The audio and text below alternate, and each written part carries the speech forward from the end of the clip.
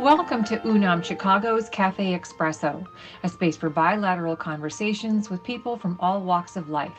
Tune in to Spanish Public Radio and follow us on social media. And now your host, Alberto Foncerrada.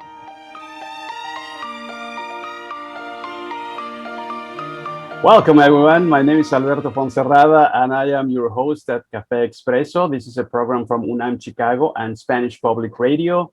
And I'm glad you're joining on with us. Today, I'm pretty happy that we have a very special guest, a good old friend of mine. Please welcome Joy Langston. Hi, Joy. How are you? It's so nice to see you again after so many years of not having very much contact with you. And I'm glad you're in Chicago, which is one of my favorite cities in the whole wide world. Thank you, Joy. Thank you. And we'll talk about Chicago in just a few. For our audience, I just want you to know that Joy and I go a long way. My first job at CIDE, where she's currently. CIDE is el Centro de Investigación y Docencia Económicas, which I usually translate as the Center for Economic Research and Teaching. Is that correct? Is that an accurate? I think we call it Center for Research and Teaching in Economics. But okay. Same difference. Okay. Perfect. Joy is a professor of political science in that institution, and we used to work, what was that, about 30 years ago? Almost, from roughly, I started there at the end of 1991, and I think you started there maybe 1992 or 1993. Exactly. Joy is a professor of political science, and I know that you have a PhD from Duke University, and I know that there's a Chicago connection in your life or something, Illinois. Well, why don't you tell us about it first? Yes, I'm very happy to tell you about it because it was one of my, favorite times of my life or favorite moments of my life. I went to the University of Chicago in Hyde Park, Chicago in Illinois, as an undergrad. So I have my AB in political science from the University of Chicago. And I just loved it. I loved every minute of it. It was very hard and it was very demanding. It has a reputation. It's very different from Northwestern, obviously. But it was great for me. And I will always remember very fondly my 4 years at Chicago.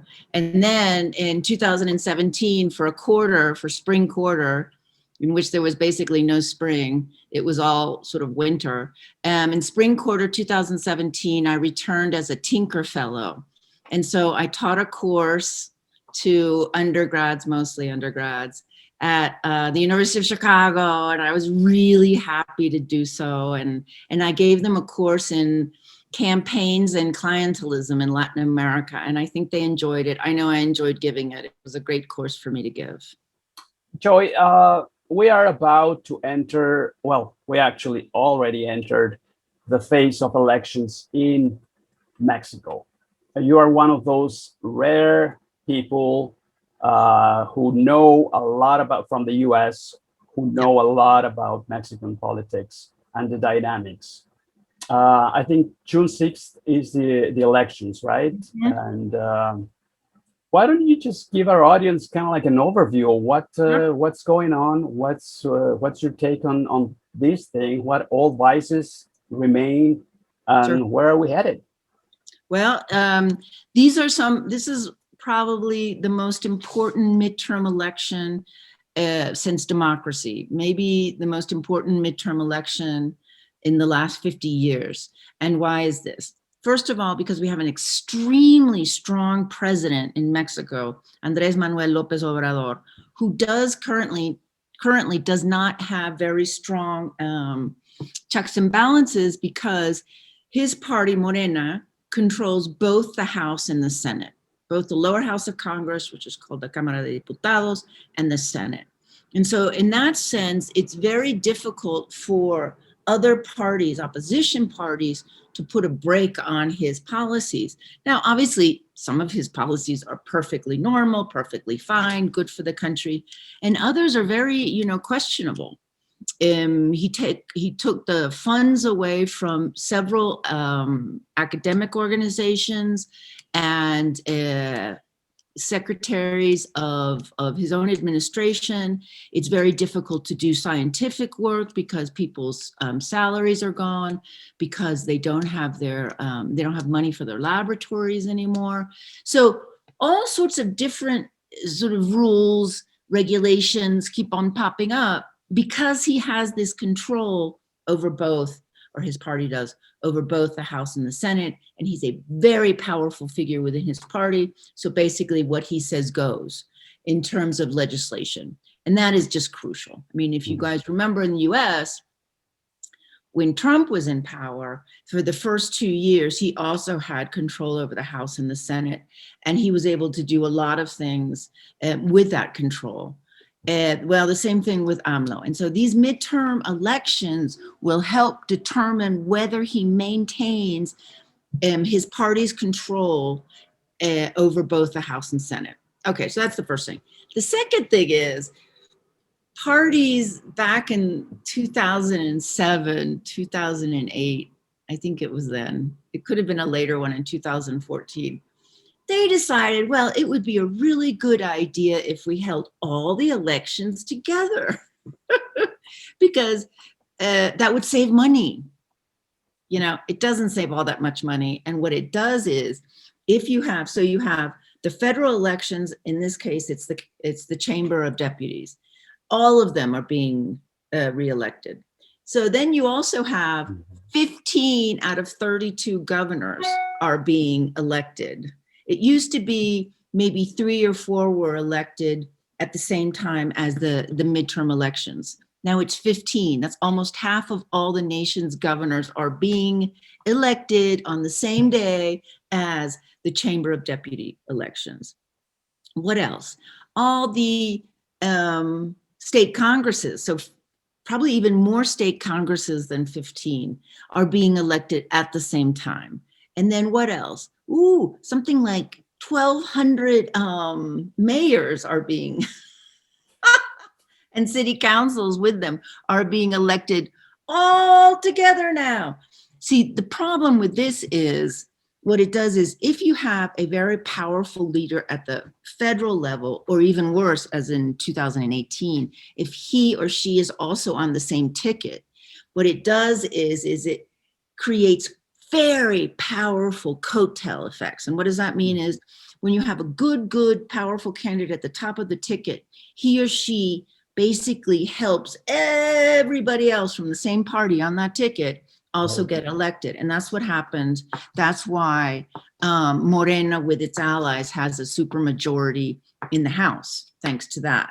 Now, AMLO, despite his best efforts, is not on the ticket. So that's a very important thing, because it helps local factors instead of this powerful politician. Local factors will help determine who wins these elections for mayor, for city council, for local deputy, and for federal deputy, and for the governors. These are all very powerful positions. And so that's a good thing, because it means that local effects are more powerful than the coattail effects of the president or the strong candidate at the top of the ticket.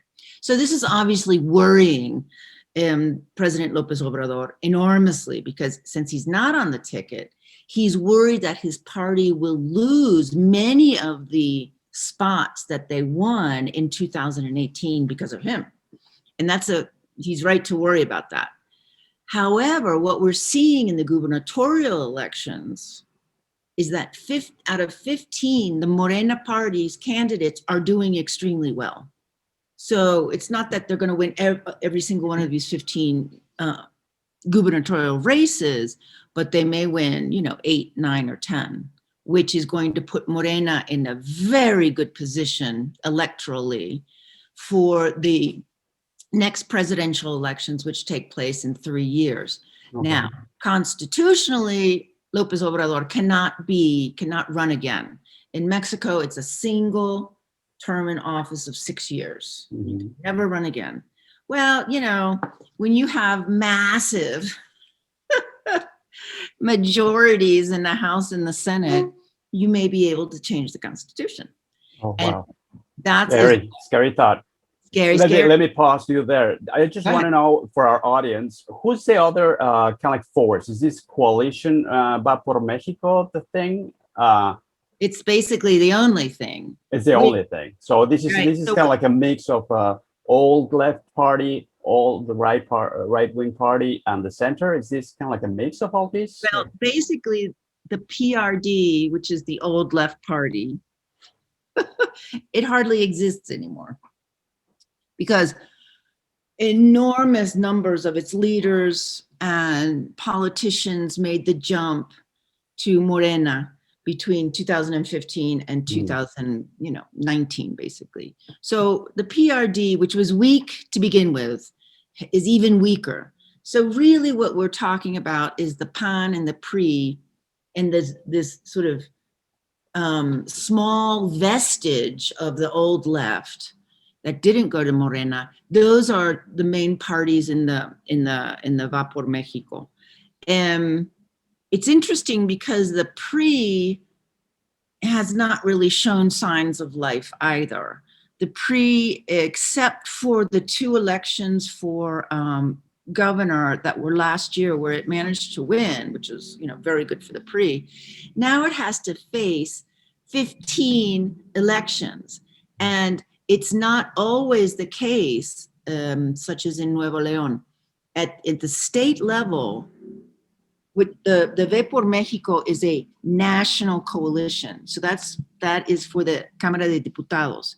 And it may or may not be the case at the state level. So Nuevo León, por ejemplo, it has a pre-PRD candidate, and then it also has a PAN candidate.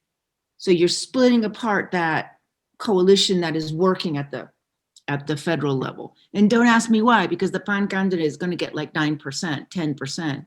So the only thing she's going to do is take away the possibility that the pre-PRD candidate is able to beat or defeat either an independent candidate or a Morena candidate. So it's not a great thing. It is much better actually to have the old parties running against Morena, which is basically what we've got going on here. And other small parties such as, Movimiento Ciudadano. Yeah, something. that's sort of, that's becoming a very localized party. Exactly. Okay. Yeah, like in Jalisco and parts of the South. And it did not join. It was in the coalition in 2018 with the PAN and the PRD, and it was Movimiento Ciudadano, and it did very well, strangely enough. So this is amazing. What this phenomenon, what you mentioned, like because there's a lot, like the dynamics of Mexican politics, right? The jumping from party to party. Yes. People here in the U.S., it's hard for them to understand why would you be kind of like if you have been all your life consequential with thinking like left-wing ideas, and all of a sudden next election you're just kind of like heading a totally different party, totally opposite platform. Do platforms matter? Okay, platforms, in no country do platforms matter. No.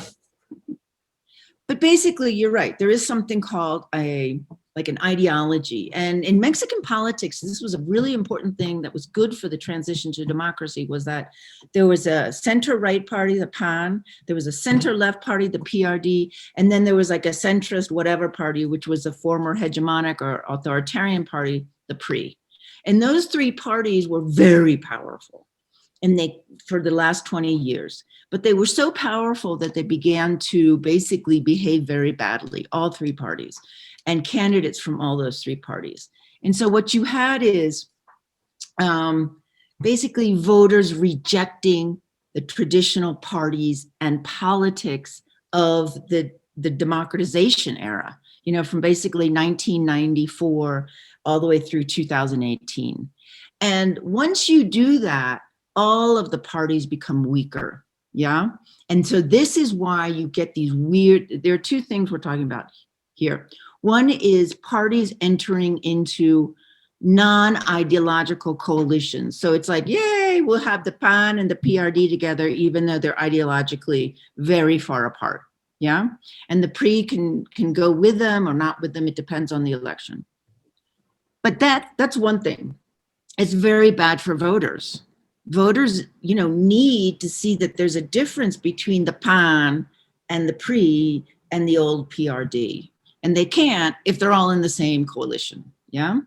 And remember, these are only electoral coalitions. These are not legislative coalitions. So once they get into the legislature, they can sort of do whatever the heck they want. And you find that the PRI was often voting with Morena. But the second thing that you mentioned is individual politicians jumping from party to party. Right, chapulines. Yeah. Grasshoppers. They just, little grasshopper, why are you now a member of the PAN? Well, this all has to do with the weakening of ideological ties with the voters, between the parties and the voters. So before, if you were a panista politician, you were a panista from probably the age of 20, 25, and then you would start winning candidacies and elections around 35, 40, and then you're not going to change after that because you belong to an ideological vision of the world, of the nation. And voters see you as such. And that's a good thing. You want that. So what happens is when the PAN, the PRI, and the PRD start going downhill, it becomes their connection, their ideological connection with voters, the idea of what it means to be a panista or a PRDista begins to weaken in the minds of the eyes of voters, and also in the minds of the party leaders too, because the only thing that they care about now is winning an election. They no longer have a strong ideological standpoint. So what you get here is voter ID identification with the party goes down. The strength of these brand names, because that's basically what a party name is. It's a brand name that helps the voters make their choice better. So it's a good thing. And when that gets weakened, the politicians are like, the voters don't care. They want me. They like me. So if I run for the PRD or the PRI or the PAN, I might be able to win with any party label. And they may be right. They may not be able to win under the PT, which is the Workers' Party, which has nothing to do with workers, or the Green Party, which is not very green. It tends to be like brown. Because it cuts down, forests for development and stuff. But in my opinion, my opinion, which is protected, I know, both constitutions. So yeah, what you have here are it's both things: parties entering into weird coalitions, and also politicians jumping from party label to party label. Both of which are not good for democracy because they don't help the voter make good choices. Yeah. And if voters aren't making good choices, voters can't punish the politicians. That's the only thing that the vote does. It allows the voters who are basically interested in everything else besides politics, allows them to make a decision in favor or against parties. Right. And if they can't do that because the politicians are sort of all over the place, how do you punish a bad politician? Oh, wow. Well, yes, there's a lot of food for thought and very thought-provoking interview here, because we would need a lot of programs to cover a lot of things that I would love to ask, and we might do another program. But just to sum it up in a couple of minutes, because we have to wrap it up. Are we headed to kind of like a trade coalition? What's going to happen? What's your... Who's going to win? Well, the governorships are still up for grabs. Remember, the campaigns barely started, the 1st of April for the federal deputies. For the governors, I think they started a little bit beforehand, but they're just gearing up now.